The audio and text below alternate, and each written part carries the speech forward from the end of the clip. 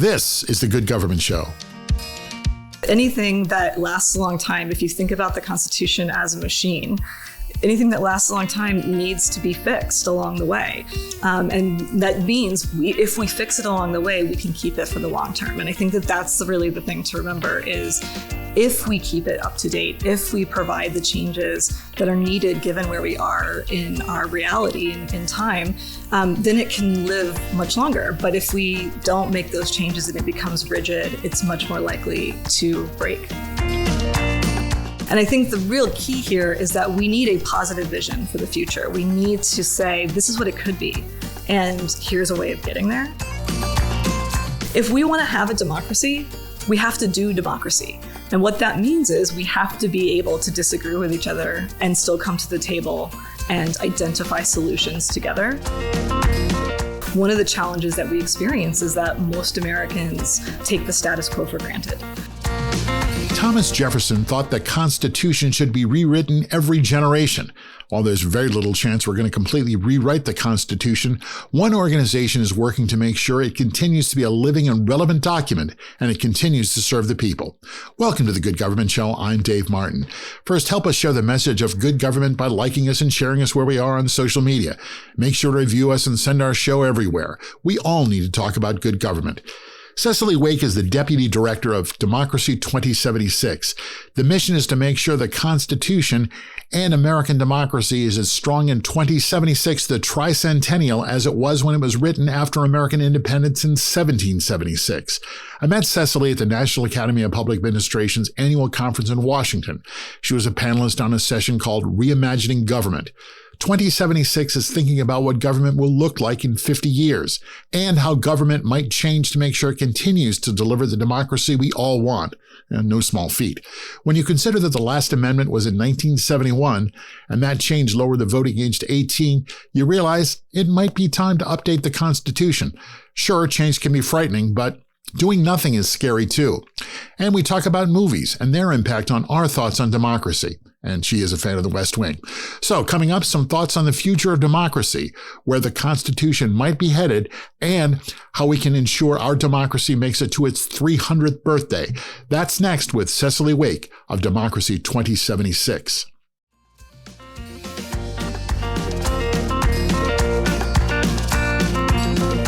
We have a new partner here on The Good Government Show, HelloNation. This is a new digital magazine that showcases the best of cities across the nation. We'd all prefer if good news traveled faster.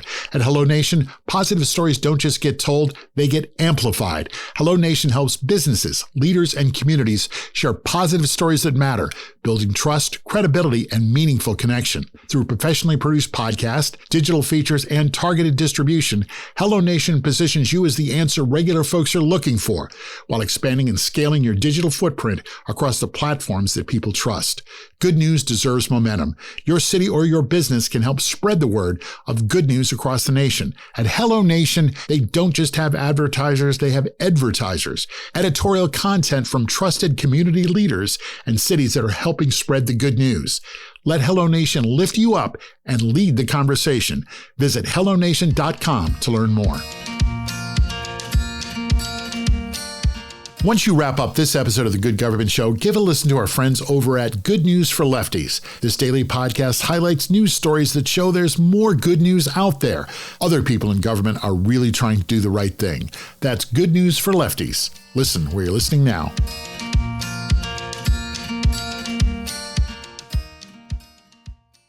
Welcome to The Good Government Show. I'm happy to have with me Cecili Wake. She is the Deputy Director of an organization called Democracy 2076.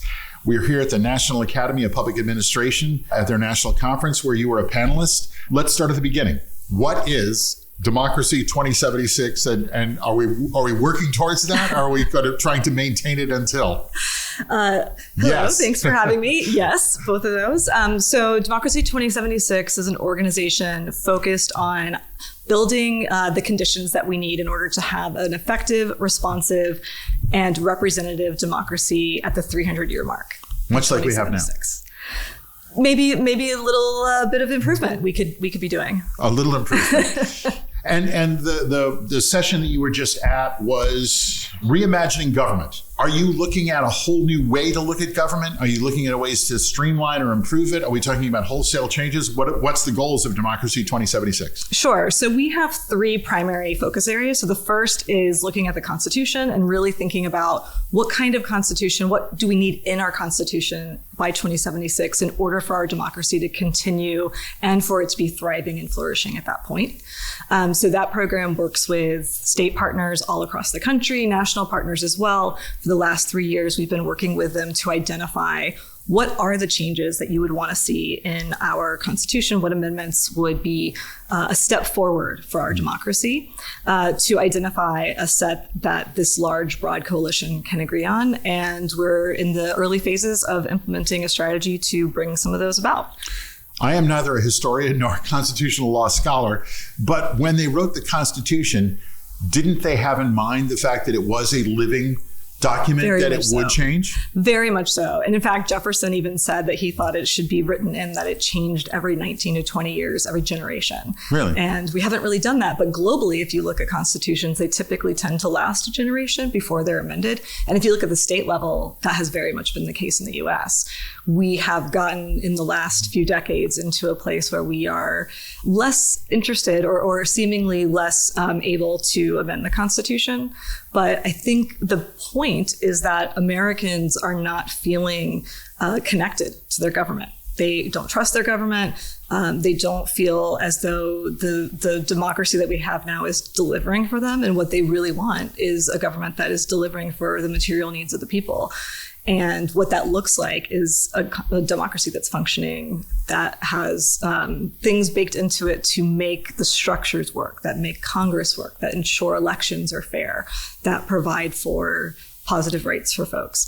So these are some of the sort of large buckets that we're looking at. Right. But the very word amendment it's just means we're going to add. Yes. We're going to throw some new stuff in. Exactly. And so we shouldn't be afraid of that. Exactly.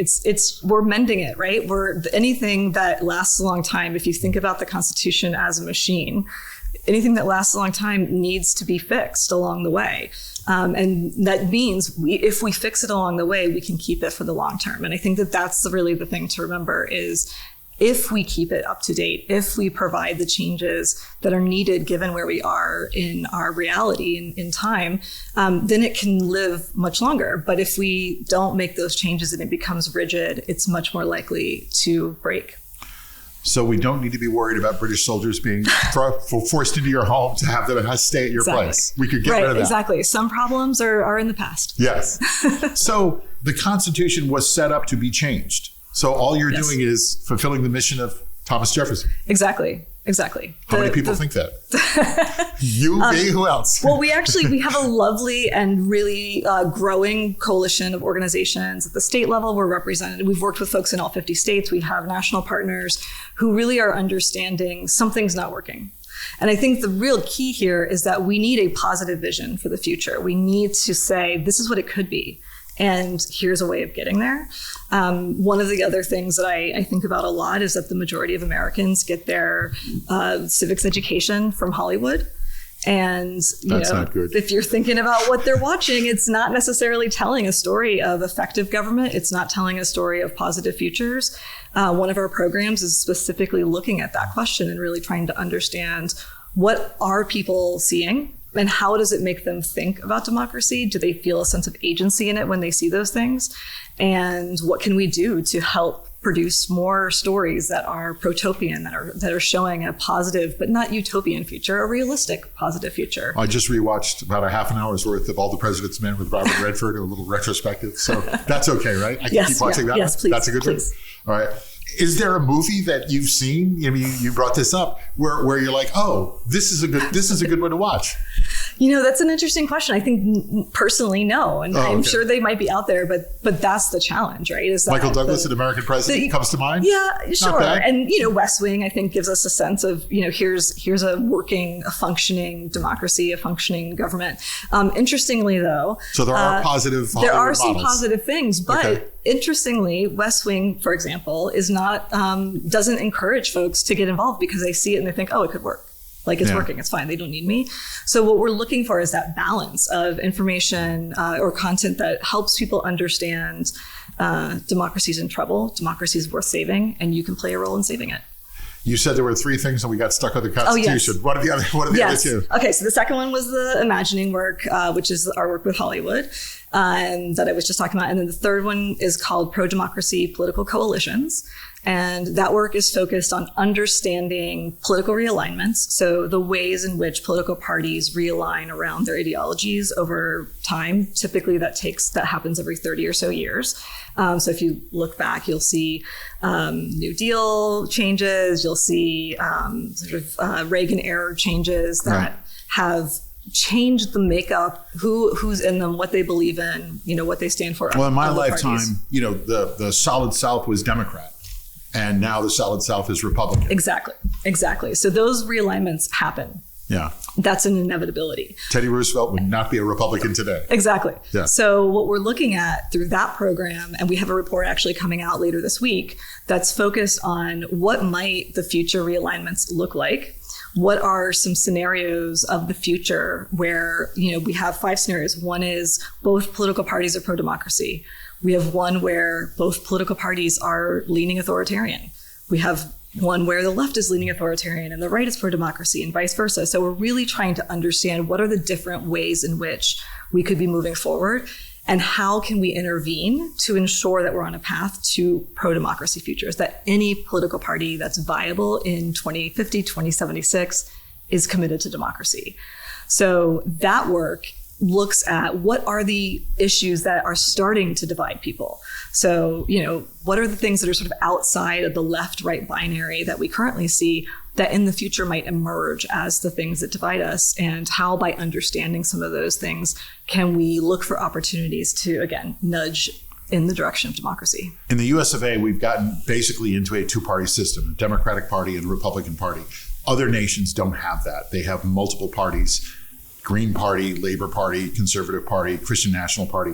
Do you ever see America switching from strictly a 2-party system? I think anything's possible. So I won't say yes or no. I think that was a yes, though. I think we're in a moment of great upheaval in the country. I mean, the independent people registering independent is the largest segment of voters, right? And the reason for that, I think, is there is no such thing as a moderate.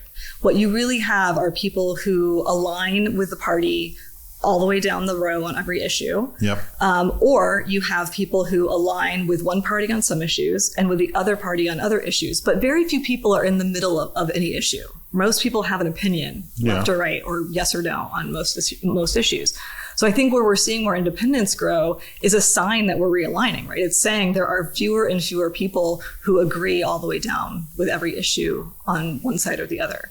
And so that's going to have to be taken into consideration as our political system evolves over the next 30 years.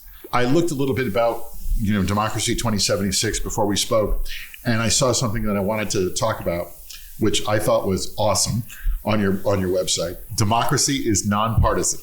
Yes. Doesn't feel that way, does it? It doesn't, but shouldn't it? Shouldn't it feel that way? Yes, absolutely. I think here's the thing. If we want to have a democracy, we have to do democracy. And what that means is we have to be able to disagree with each other and still come to the table and identify solutions together. And, we vote. And we're recording this in November in the middle of a government shutdown. Exactly, on election day. Right. We're looking at... That can't be good for democracy. Well, right, it probably can't be, right? But we have to start thinking of democracy as something that we all have a responsibility to build. Right. And that means that when we are fighting for our democracy, that we're doing it in a nonpartisan way. And I think that, some of our greatest allies in this work are across every possible ideology coming to the table other than those who oppose democracy, which is to say you have people on the left, you have people on the right, you have people down the middle who support the idea of democracy. It's not a partisan issue, despite the way that our current environment is trying to brand it as a partisan issue. It really should not be. Does that make you nervous? Yeah, absolutely. I mean, I think as I grew up overseas, I've seen authoritarianism. I have seen political violence. I've seen all kinds of situations that we don't want to find ourselves in. And I think one of the challenges that we experience is that most Americans take the status quo for granted. So we look at the way things have been and assume that they will continue to be that way. And sometimes it can take a little while for people to realize that they are no longer that way, or that things are shifting very quickly, which is, I think, where we are now. Okay, could you be hopeful now?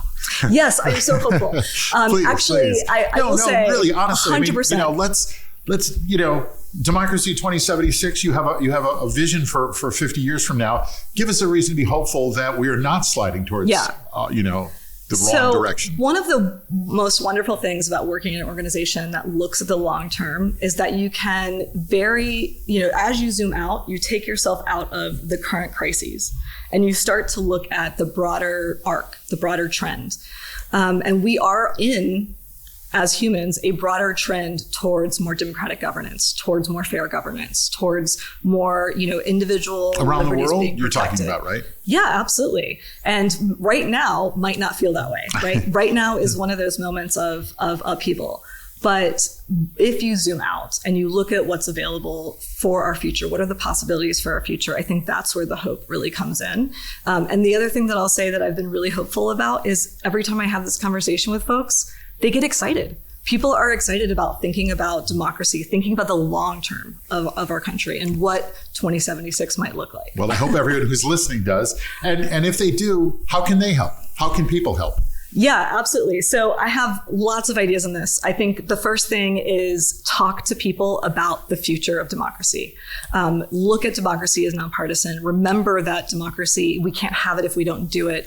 And engage with your neighbors, engage with your community, talk to people about how important democracy is to you. And make it really clear that it's not partisan, that you want to stand shoulder to shoulder with people who believe in democracy, regardless of what other stuff they disagree with you on.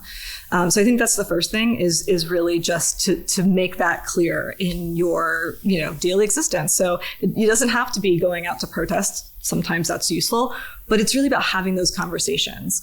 And then in addition to that, check out our website, democracy2076.org. We've got a report coming out later this week. We have all kinds of information about our Constitution work and our imagining work, looking at Hollywood, and more coming soon. How does this translate to good government?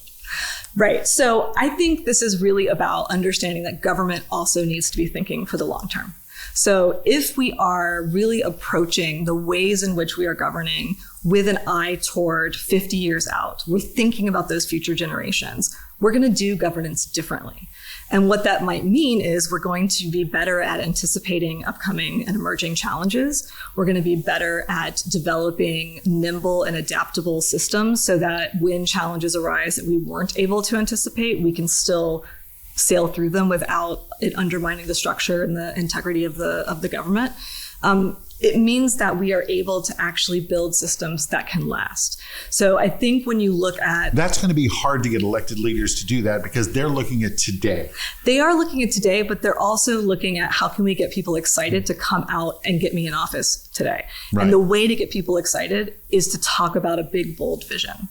And we've seen this throughout history. I mean, I think if you think about our original founders, that this was what they were all about, right? Sure. Was thinking about the long term, thinking about what they could do at that moment to prepare for future generations. We should be doing the same thing.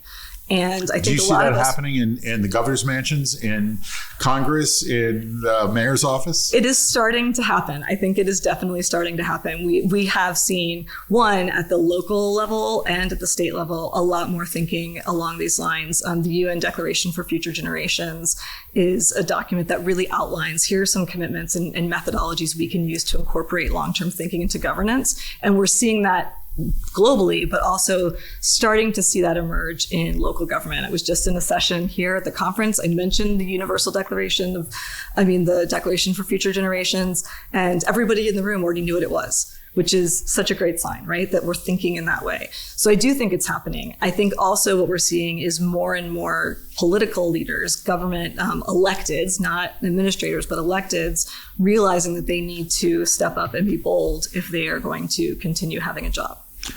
I would imagine that there's lots of people in, federal departments, undersecretaries, probably people in the governor's office are working on this and thinking about it and talking about it and interacting about it. How does that translate to the elected people to get them on board with, future thinking?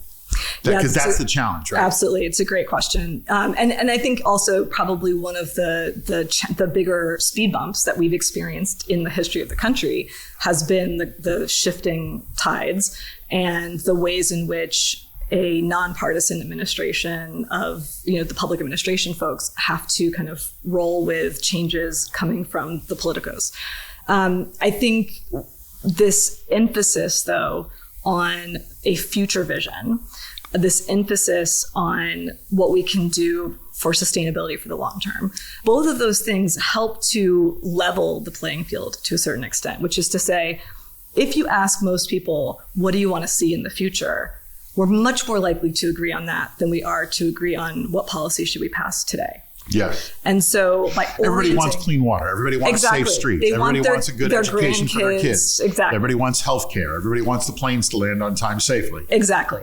They have disagreements about how all those things happen. Yes, that's what they want, right? Yeah. So when you start from that and then work backwards, you've already started from a place of building alignment rather than starting from a place of contention and then trying to build alignment as you go. And now, it's still hard. Yeah. What you're really talking about, it sounds like, is changing the thinking completely in government from, let's fix this problem today to no. Yeah, I understand you want to fix the road, but you really have to worry about what's going to happen 50 years from now. That should be worry number one. Because if you don't, we're not going to be a democracy in 2076. Right. I think that's absolutely part of it. I don't want to say we shouldn't be thinking about these emergent and really critical issues that we're experiencing today, right? So if you're living in a neighborhood that the streets are full of potholes, that's affecting your daily life in a really meaningful way. Sure. We don't want to say no, you shouldn't worry about that because of this other thing. People aren't experiencing this other thing, right? So we have to do both. But I think it's really about saying, let's do both. Let's do the now stuff in service of a shared vision of the future. Let's fix the roads in a way that's more sustainable. Let's be thinking about where there might be new roads in the future or what new technologies may emerge. Let's think about what's going to be the flow of traffic as we're moving forward. I'm not a city planner, so I'm making all that up. But you understand my point, which is we can do things today in a way that is in service, that's thinking not only of today, but also of tomorrow. When you have these conversations with elected officials or people in government, and you sort of, wake them up perhaps to this, what's the reaction? We have seen so much excitement. So in talking with members' offices, with their staffs, with other national organizations across the political spectrum, there's a lot of excitement. I think there's this feeling of this is a moment. We're living in history, right? We're living in something that people are going to be reading about later. And I think that there's a freedom within that to be able to think about what that means for 50 years from now, and really to be able to put yourself in that kind of mindset can be really helpful in this moment, but also it's exciting. And it feels like there's a really positive thing that we can do with this moment of opportunity, rather than just be wallowing in despair. We're going to get your philosophy on government, and that's going to come up next. Okay. The Good Government Show is sponsored by Our. That's OUR for Our Community. Get involved. We hear that all the time from government leaders. Our co-brands with your government's name and logo.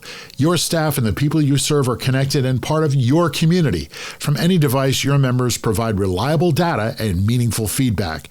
Ask a question like, do we want more parkland or better homeless services? More engaged conversations come through the Our app. Visit Ourco, that's OURCO.com, and book a demonstration.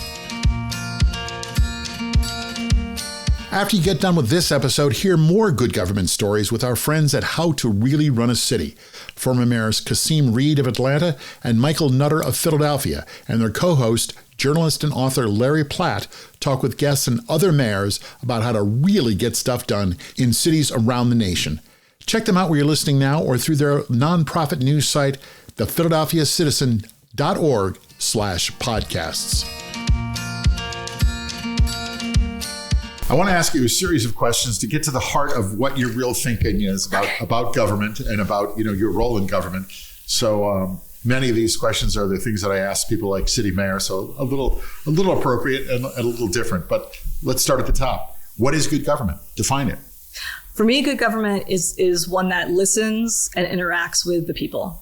So we have a government that is responsive, that is representative, and that is effective, that is able to do the things that are needed to be done in a way that is responsive to the desires and the needs of the people. If people don't like what they're seeing, what should they do and how can they make a change? So there are lots of different ways to do that. I think the number one way is to be in communication with your electeds. Making sure that they know the things that are concerns to you and why and what you would like to see. And that goes from the local community level all the way up to the national level. I think very often folks will sort of pick one and that's where they focus. And really it's about accountability of our electeds across all of those levels. And then the second thing is find other folks that share your viewpoint or that also care about the things you care about. They don't have to share your viewpoint, right? So if you're talking about your community, find other folks in your community who are, who love that community and want to see it flourish. Build relationships there. Even if it's just, they want to build a new park. Sure. Yeah, absolutely. I mean, I think that's the thing is that's what governance is about, right? Government is meant to be providing for the things that the people need and want and to be representative of who those people are and responsive to their needs. So if that's what we're, trying to build, then yes, the local park is a really important fight. I live in a little town and we, certainly the how many trees we have in the canopy is a constant issue of discussion in our town, as is democracy. And I think that that's right. Having that mixture where you're talking about both these sort of larger long-term existential issues. And frankly, the conversation about trees is also long-term. The conversation about the park is also long-term. That's where are these, where's our community going to gather in the future, things like that. Who inspires you? What inspires you? Well, so I have 2 children, and I think for sure that I get a huge amount of inspiration from them. I have 2 daughters and... How old? 21 and 15. Okay. And they have, my 21-year-old was born in 2004. So she's never been in a America that was not at war. Wow. Yeah. And yet has been asked to make very little sacrifice in service of an America at war. And I think it's a really just sort of interesting thing to bear in mind for this generation that they've lived through all of this conflict. They've lived through, all of this upheaval in the world. And yet their situation has been relatively unscathed by those parts. At the same time, they're growing up with massive amounts of existential dread around climate change, around, are we going to have a democracy in the future? And so their status quo is different than anything that we've ever seen. And then you have also the COVID factor. So both of my kids were in lockdown, doing online school, and it had a toll, that definitely took a toll on this generation. That was my daughter's, I think, sophomore and junior years of college. Yeah. So I think we're going to see that they have a very unique and different perspective on solutions, on governance, on what the future should look like. And I'm really excited to listen to them and follow some orders from that generation, because I think they've got their heads on straight. Are they headed towards public service or? We'll see. I have my eldest is studying ethics, philosophy, and justice, law, and society. So she's headed down your path. That shouldn't fall too far from the tree. Okay. All right. The younger, too early?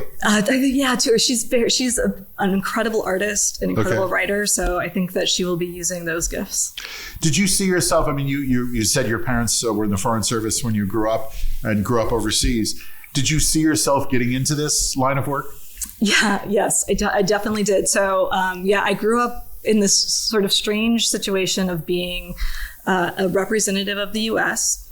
in countries where the U.S. had not necessarily fulfilled the mythos of the U.S.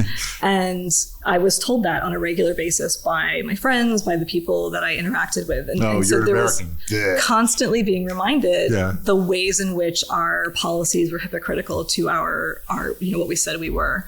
And for me, that was really transformative and really, made me understand how important that mythos is and how important it is that we continue to try to live up to it and to get closer and closer and closer, because it's not only for this country, it's globally. When you think about a human rights activist in Syria, one of the reasons that they have the ability to do the work that they do is because there's this feeling that out there there is a functioning, really powerful democracy.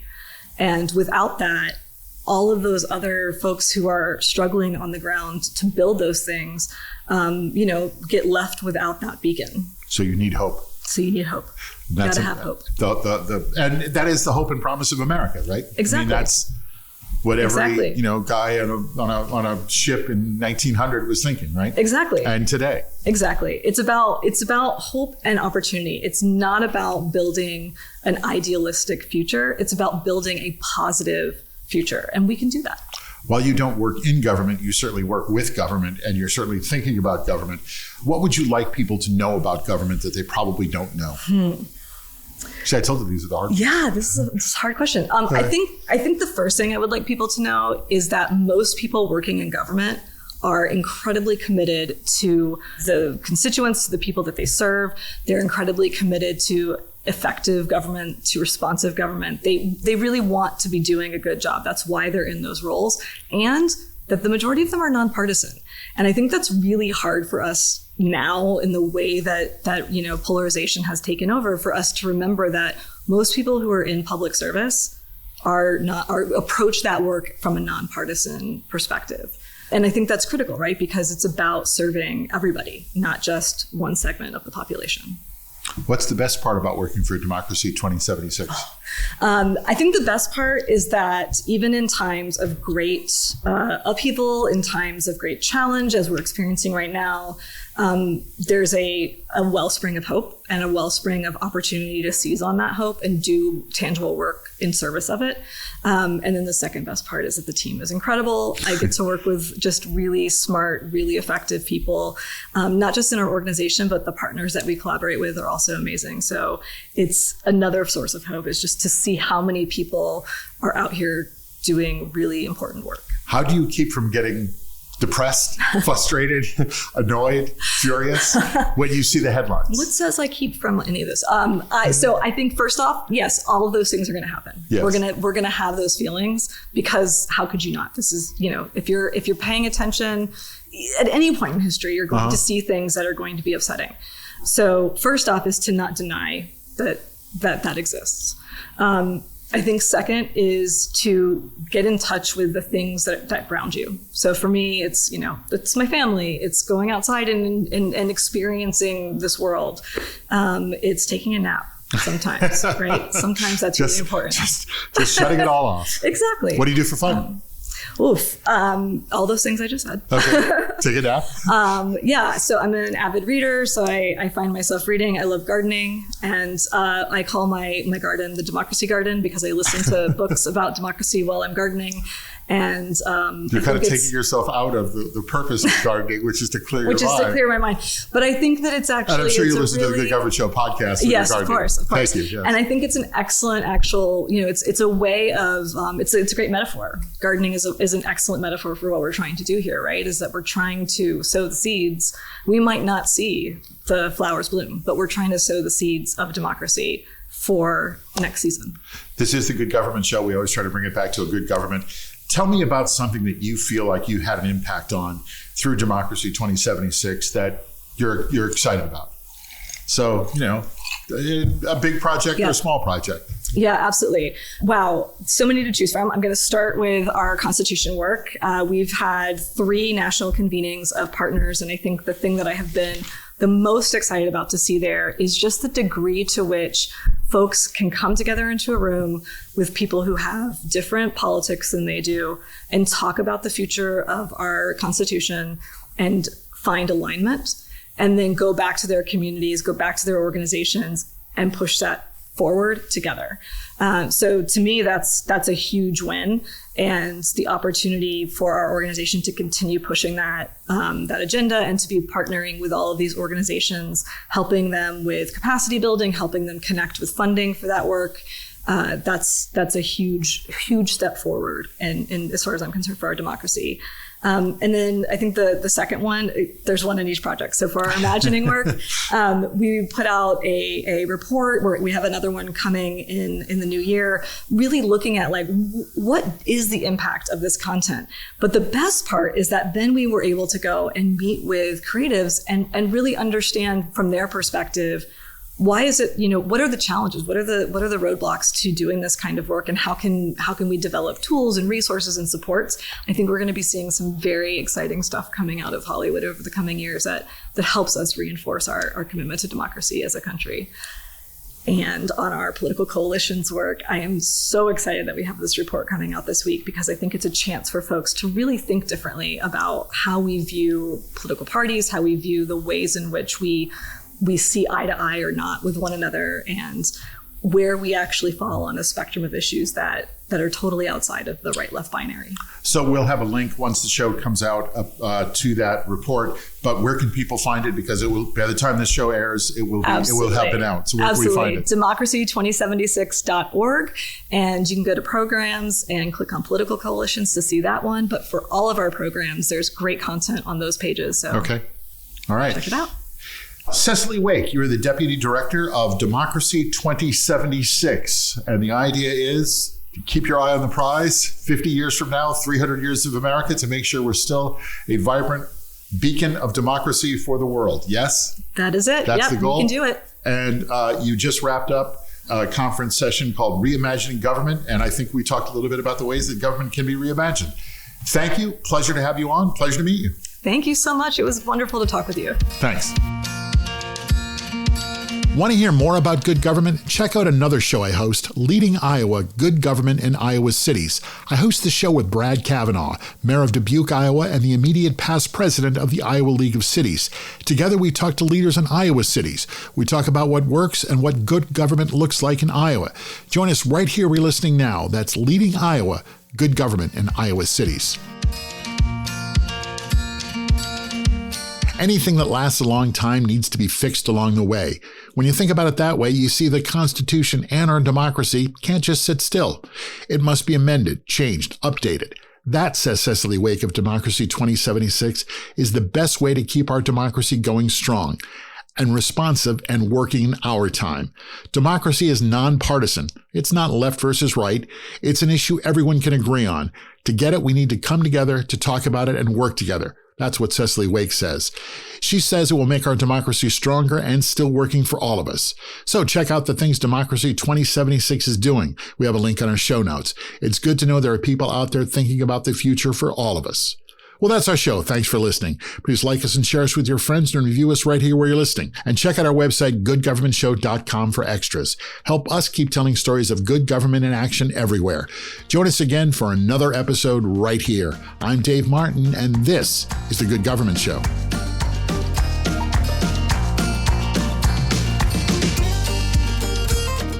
The Good Government Show is a Valley Park production. Jim Ludlow, Dave Martin, that's me, and David Snyder are the executive producers. Our show is edited and produced by Jason Stershic. Please subscribe, then share us, and like us and review us. That's the best way to make sure we're able to keep telling these stories of our government working for all of us. Then listen to the next episode of The Good Government Show.